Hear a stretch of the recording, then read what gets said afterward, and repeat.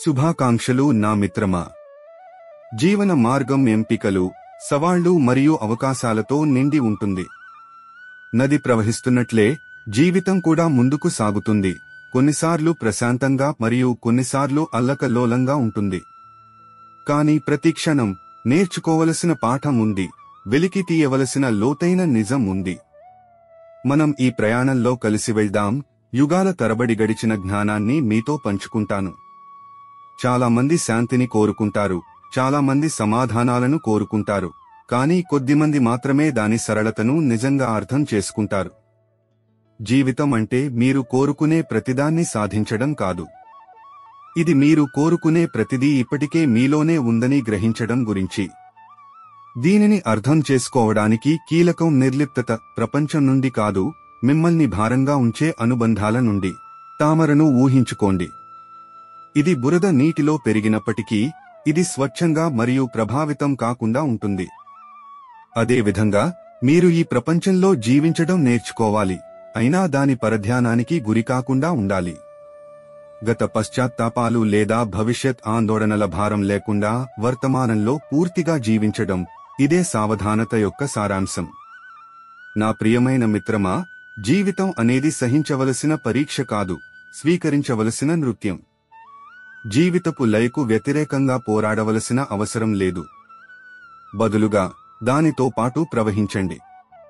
మీరు మీ చర్యలను మీ అంతర్గత సత్యంతో సమలేఖనం చేయడం నేర్చుకున్నప్పుడు ప్రతిదీ సరిగ్గా జరుగుతుంది. నేను ఎల్లప్పుడూ కర్మ, చర్య యొక్క చట్టం గురించి మాట్లాడాను. కానీ నేను మీకు గుర్తు చేస్తున్నాను, ఇది మీ చర్యల ఫలితం గురించి కాదు, వాటి వెనుక ఉన్న ఉద్దేశం గురించి.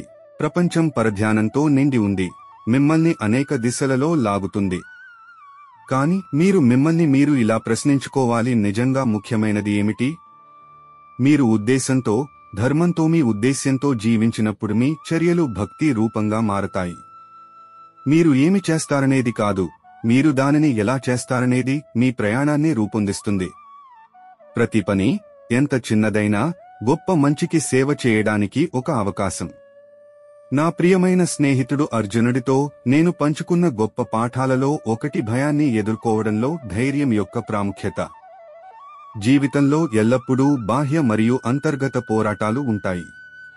కానీ నిజమైన యోధుడు కోపం లేదా ద్వేషంతో పోరాడేవాడు కాదు, కానీ కరుణగల ప్రదేశం నుండి, స్థిరమైన మనస్సు మరియు శాంతియుత హృదయంతో వ్యవహరించేవాడు. జీవితంలోని సవాళ్లు మిమ్మల్ని విచ్ఛిన్నం చేయడానికి ఉద్దేశించినవి కావు, అవి మిమ్మల్ని మేల్కొల్పడానికి ఉద్దేశించినవి. ప్రపంచంలోని శబ్దం మధ్య నిశ్శబ్దం మీ గొప్ప గురువు. నిశ్శబ్దంలో మీరు స్పష్టతను కనుగొంటారు. నిశ్శబ్దంలో మీరు మీ ఉన్నత స్వభావంతో కనెక్ట్ అవుతారు. ధ్యానం అంటే జీవితం నుండి తిరోగమనం కాదు, జీవిత సారానికి తిరిగి రావడం. ఆ నిశ్శబ్ద క్షణాల్లోనే మీరు మీ నిజమైన పిలుపు, మీ ధర్మాన్ని వింటారు. నిశ్శబ్దం లేకుండా ఆత్మ ప్రపంచం యొక్క శబ్దంతో మునిగిపోతుంది. నేను ఇచ్చే మరో పాఠం ఆనందం యొక్క శక్తి. జీవితం అంటే సరదా భావంతో జీవించడం. మీరు జీవితాన్ని దైవిక ఆటగా సంప్రదించినప్పుడు మీరు అంచనాల భారాన్ని విడుదల చేసి ఆ క్షణం యొక్క మాయాజాలానికి మిమ్మల్ని మీరు తెరవండి. అన్నింటినీ అంత తీవ్రంగా తీసుకోకండి. నృత్యం, నవ్వు, ప్రేమ ఇవన్నీ మీలోని దైవిక భావాలు. ఇది తెలుసుకోండి నా మిత్రమా, జీవితంలో ఏదీ శాశ్వతం కాదు.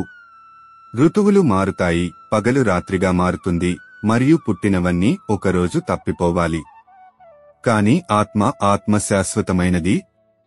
పూర్తిగా జీవించాలంటే మీరు శాశ్వతతను దయతో అంగీకరించాలి. ప్రతి అనుభవం, ప్రతి క్షణం మీ నిజమైన స్వభావానికి దగ్గరగా ఎదగడానికి ఒక నశ్వరమైన అవకాశం. ప్రతి శ్వాసను ఆదరించండి, ఎందుకంటే అది ఒక బహుమతి. మీకు నా చివరి పాఠం ఇదే, ప్రేమతో, భక్తితో జీవించండి. ప్రేమ అనేది మనందరినీ బంధించే శక్తి.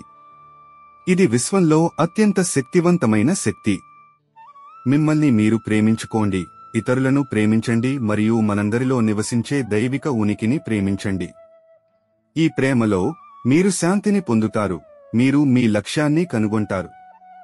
గుర్తుంచుకోండి నా మిత్రమా, మీరు ప్రపంచం నుండి వేరుగా లేరు, మీరు దానితో ఒకటిగా ఉన్నారు. మీరు మీ అంతరాత్మకు అనుగుణంగా నడిచినప్పుడు మీరు ప్రపంచానికి అనుగుణంగా నడుస్తారు. మీ హృదయాన్ని తెరిచి ఉంచుకోండి, మీ మనస్సును స్థిరంగా ఉంచుకోండి మరియు మీ ఆత్మను స్వేచ్ఛగా ఉంచుకోండి. ఇదే నిజమైన శాంతికి మార్గం.